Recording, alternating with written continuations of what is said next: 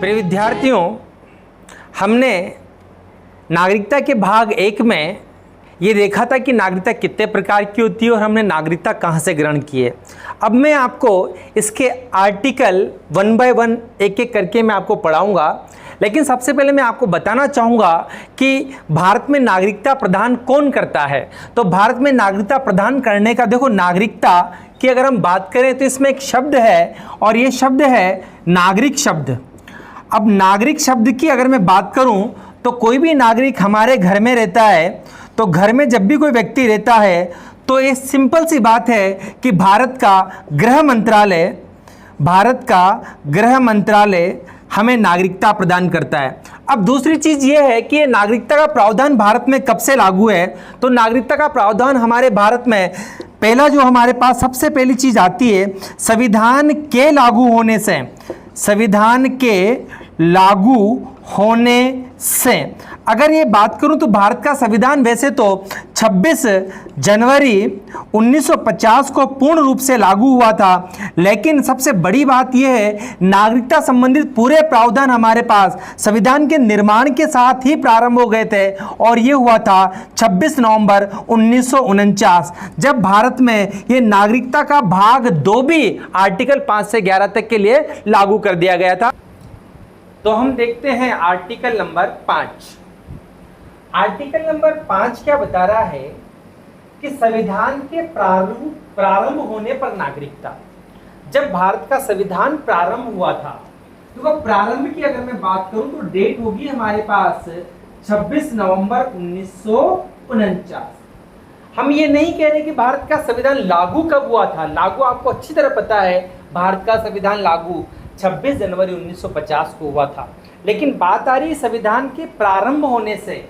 हमारे संविधान के लगभग 15 अनुच्छेद लागू कर दिए गए थे, उनमें से हमारे पास नागरिकता से संबंधित अनुच्छेद भी उसमें शामिल थे।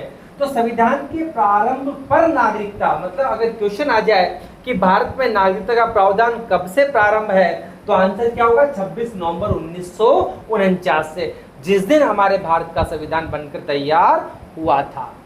दूसरा इसका हमारे पास सब टाइटल आता है क ऐसा व्यक्ति भारत का नागरिक होगा जो भारत के राज्य क्षेत्र में जन्म हुआ हो।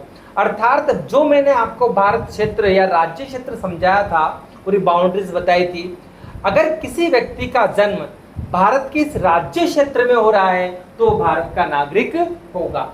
इसकी क्लॉज बी क्या बोल रही है, जिसके माता पिता में से कोई, चाहे माता हो या पिता हो, दोनों में से कोई अगर एक व्यक्ति भारत के राज्य क्षेत्र में जन्मा होगा तो ध्यान देना उसकी संतान भी भारत की नागरिक होगी या फिर वो भी भारत का नागरिक होगा। नागरिकता प्रावधान लागू होने से ठीक पहले कम से कम 5 वर्षों तक भारत में मामूली तौर पर निवास कर रहा हो। अर्थात ये जब प्रावधान हमारा 26 नवंबर 1949 को लागू हुआ था, उसके ठीक 5 साल पहले से यदि कोई वो भारत क्षेत्र में रह रहा हो तो भी भारत का नागरिक होगा। ये हमारे पास आर्टिकल नंबर 5 हमें बताता है। प्रिय विद्यार्थियों, अब पढ़ते हैं हम आर्टिकल नंबर 6। आर्टिकल नंबर 6 क्या बोल रहा है कि यदि कोई व्यक्ति पाकिस्तान से भारत को प्रव्रजन कर रहा है, सपोज दैट ये हमारे पास पाकिस्तान है और ये हमारे पास भारत है। अब मैं अगर आपसे बात करूं कि हमारे नागरिकता संबंधित प्रावधान कब से लागू थे, आर्टिकल हमने 5 में पढ़ा था 26 नवंबर 1949 से आर्टिकल संबंधित पूरे प्रावधान हमारे लागू हो चुके थे। यदि कोई व्यक्ति इस दिन यदि पाकिस्तान में था और उसने कहाँ प्रव्रजन किया, भारत को प्रव्रजन किया, तो ऐसा व्यक्ति कहाँ का नागरिक माना जाएगा, भारत का नागरिक माना जाएगा।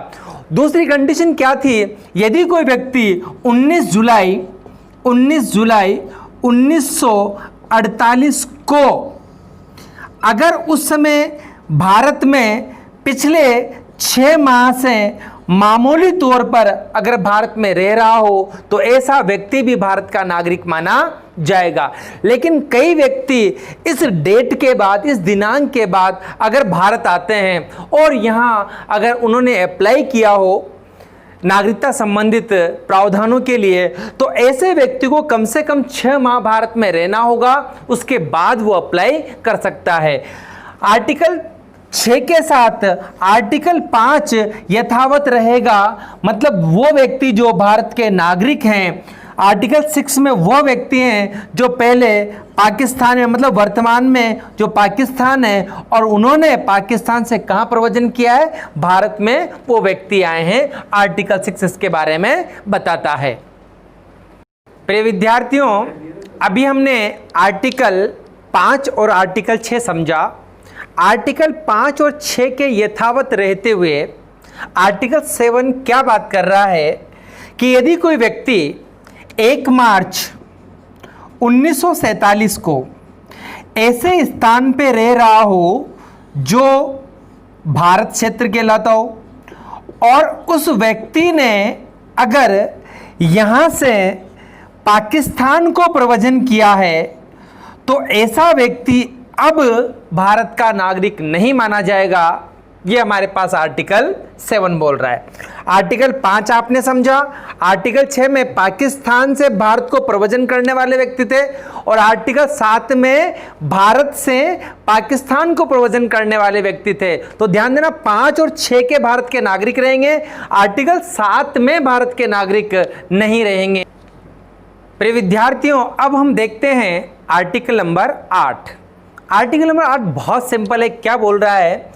भारत के बाहर रहने वाले भारतीय, देखो भारत के बाहर रहने वाले, इसका मतलब वर्तमान में वह भारत में नहीं है। पहली चीज समझ में आई। दूसरी चीज क्या बोल रहा है? भारतीय उद्भव, मतलब जिसके माता पिता या जिसके मातामही, माताजी के पिताजी या दादाजी, कोई भी अगर व्यक्ति यदि 1935 के भारत सरकार अधिनियम के तहत भारतीय नागरिक के रूप में परिभाषित है या भारत क्षेत्र का निवासी है, तो ऐसे सभी व्यक्ति भारत में नागरिकता प्राप्त करने के अधिकारी होंगे।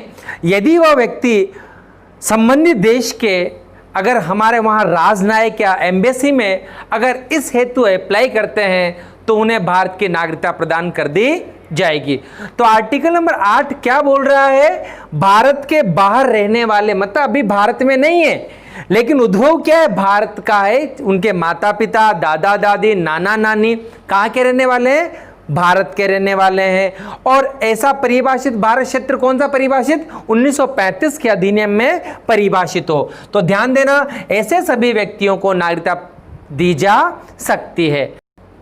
अब देखते हैं हम आर्टिकल नंबर 9। आर्टिकल नंबर क्या बोल रहा है? यदि कोई व्यक्ति विदेशी राज्य की नागरिकता स्वेच्छा से ग्रहण कर लेता है या अर्जित कर लेता है, तो ध्यान रखना, वो व्यक्ति भारत का नागरिक नहीं माना जाएगा।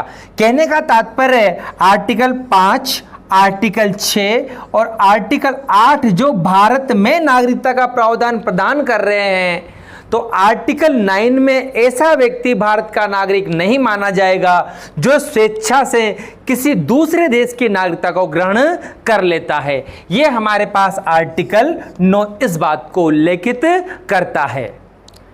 अनुच्छेद 10 बहुत सिंपल है। अनुच्छेद 10 क्या बोल रहा है कि नागरिकता के प्रावधानों का या अधिकारों का बना रहना।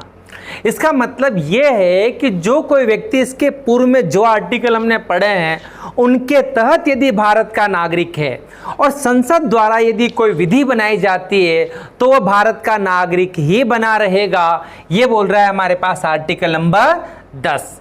अब देखते हैं हम आर्टिकल नंबर 11।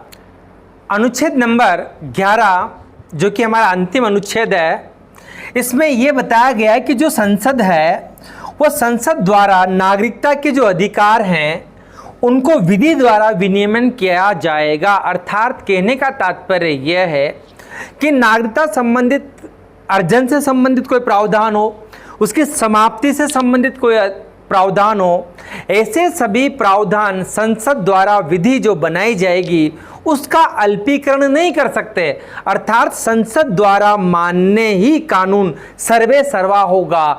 इस निमित्त यदि कोई कानून बनाया गया है तो संसद की शक्तियों का अल्पीकरण नहीं किया जा सकता, उनको कम नहीं किया जा सकता। कहने का तात्पर्य यह कि संसद नागरिकता संबंधित प्रावधानों के लिए सर्वे सर्वा होगी। ये आपके आर्टिकल नंबर 5 से लेकर 11 तक पूरे प्रावधान है। अब हम देखते हैं अगले भाग में इन प्रावधानों से संबंधित जो भी क्वेश्चंस, कहाँ से हमें इसकी नागरिकता मिलती है या कौन कौन से आयोग इसके लिए गठित हुए हैं, इन सब की जानकारी प्राप्त करते हैं। धन्यवाद।